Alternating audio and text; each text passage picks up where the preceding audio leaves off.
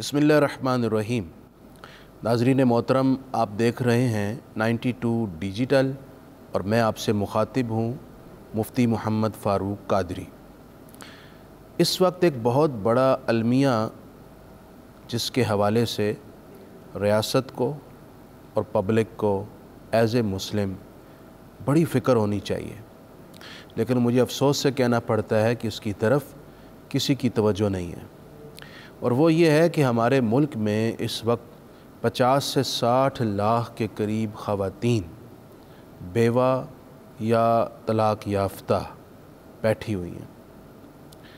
इतना बड़ा तबका, पाकिस्तान का इतना बड़ा हिस्सा जो शदीद कर्ब की ज़िंदगी गुजार रहा है और उनको एक बाइज़्ज़त सहारे की ज़रूरत है, मगर उसकी तरफ ना तो हमारे नौजवानों की, ना ही दूसरी शादी का जज्बा रखने वालों की और ना ही रियासत की कोई तवज्जो है। हमारे नबी सल्लल्लाहु अलैहि वसल्लम ने एक निकाह कवारी खातून से किया और बाकी सब निकाह या तो बेवा से किए या तलाक़ याफ्ता ख़वातीन से किए। आप सल्लल्लाहु अलैहि वसल्लम ने ऐसा क्यों किया? इसमें कई हिकमतें हैं। एक तो ये कि अल्लाह के नबी सल्लल्लाहु अलैहि वसल्लम ने उन तमाम ख़वातीन के ज़रिए से उनके कबाइल में दीन इस्लाम की तबलीग़ को या दीनी फ़वाइद हासिल करने के लिए ये रिश्ते कायम किए। दूसरा ये है कि आप सल्लल्लाहु अलैहि वसल्लम की सीरत और उसवा से उम्मत को इस अमल की तबयीन और हकीकत मालूम हो और ये सुन्नत ठहरे कि ऐसी ख़वातीन को सहारा देना चाहिए, क्योंकि अल्लाह के रसूल अलैहिस्सलाम ने भी ये सहारा दिया। बल्कि आप सल्लल्लाहु अलैहि वसल्लम ने तो उम्मत को इस पर बड़ी तरग़ीब दिलाई। उससे पहले मैं कुरान मजीद की कुछ आयात कोट करना चाहता हूँ। अल्लाह रब्बुल इज़्ज़त ने कुरान मजीद में ये इरशाद फरमाया, व अनकिहुल अय्यामा मिनकुम वस्सालिहीना मिन इबादिकुम, तुम अपने बेनिकाह मर्दों और औरतों के निकाह करो, चाहे वो आज़ाद हैं या चाहे वो ग़ुलाम हैं।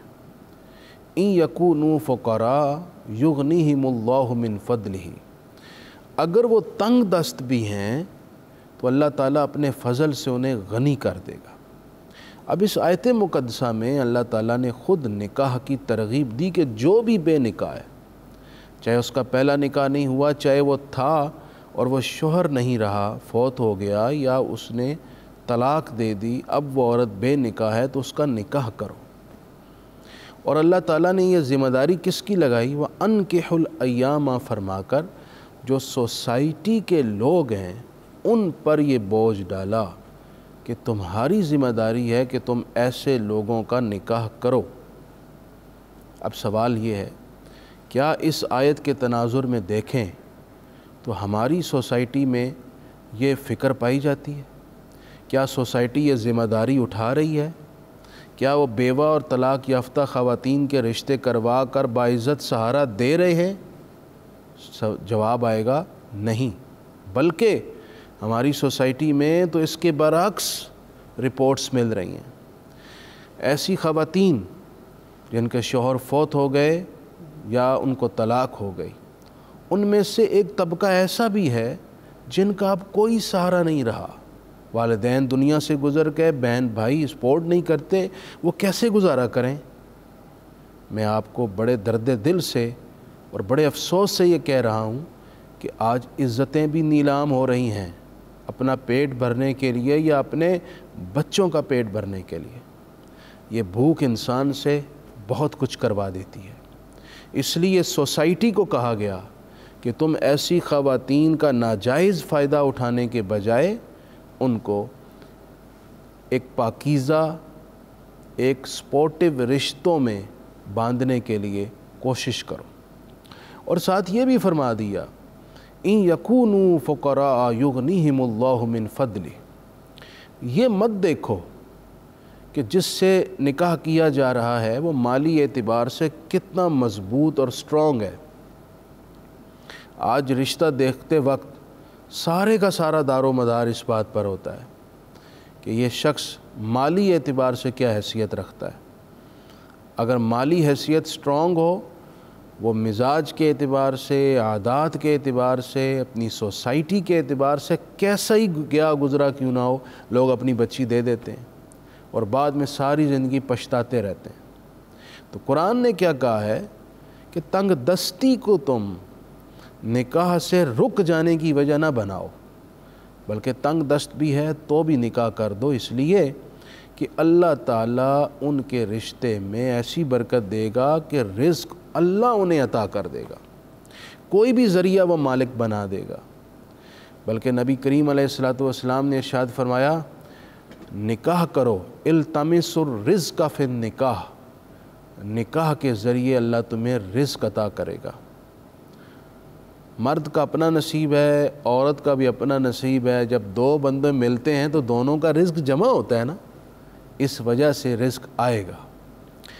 نبی کریم صلی اللہ علیہ وسلم نے بیوہ اور طلاق یافتہ خواتین کے نکاح کی جانب امت کو موٹیویٹ کرنے کے لیے بڑی خوبصورت، معنی خیز اور وجد آفریں بات ارشاد فرمائی۔ آپ نے ارشاد فرمایا، الساعی علی الارملہ والمسکین کالمجاہد فی سبیل اللہ القائم اللیل الصائم النہار۔ فرمایا وہ شخص جس نے کسی بیوہ کو باعزت سہارا دیا یا کسی طلاق یافتہ کو باعزت سہارا دیا، نکاح کے ذریعے دیا یا اس کا نکاح کہیں اور کروا کر دیا، کسی بھی اعتبار سے اس کی سپورٹ کی، اسی طرح مساکین کی سپورٹ کی، ارشاد فرمایا وہ اللہ کی بارگاہ میں ایسے ہے کہ جیسے وہ اللہ کی راہ میں جہاد کرنے والا عظیم مجاہد ہے، راتوں کو جاگ جا کر عبادت کرنے والا ہے اور دن کو روزے رکھنے والا ہے۔ یہ دین نے ترغیب دی اور حوصلہ افزائی کی ان لوگوں کی جو ایسی خواتین کو سہارا دیتے ہیں۔ میں ریکویسٹ کرنا چاہوں گا، اس وقت بہت ضرورت ہے ایسی خواتین کو باعزت سہارا دینے کی۔ جو پہلا نکاح کر رہے ہیں وہ بھی اپنی پرائرٹی پہ رکھیں ان خواتین کو، اور جو کنواری سے کر چکے ہیں نکاح، اگر انہیں اللہ نے استطاعت دی ہے اور ان کی فیملی میں کوئی ایشو نہیں بننا، وہ اپنی پہلی بیوی کو تیار کر سکتے ہیں، اس کو راضی کر سکتے ہیں، تو برائے مہربانی مطلقہ سے یا بیوہ سے ضرور نکاح کریں اور ان کو ایک باعزت سہارا دیں۔ یاد رکھیں یہ وہ عظیم کام ہے جس سے آپ کی آخرت سنورے گی، اللہ اور رسول راضی ہوں گے اور ایک گھرانہ آباد ہو جائے گا۔ السلام علیکم ورحمۃ اللہ۔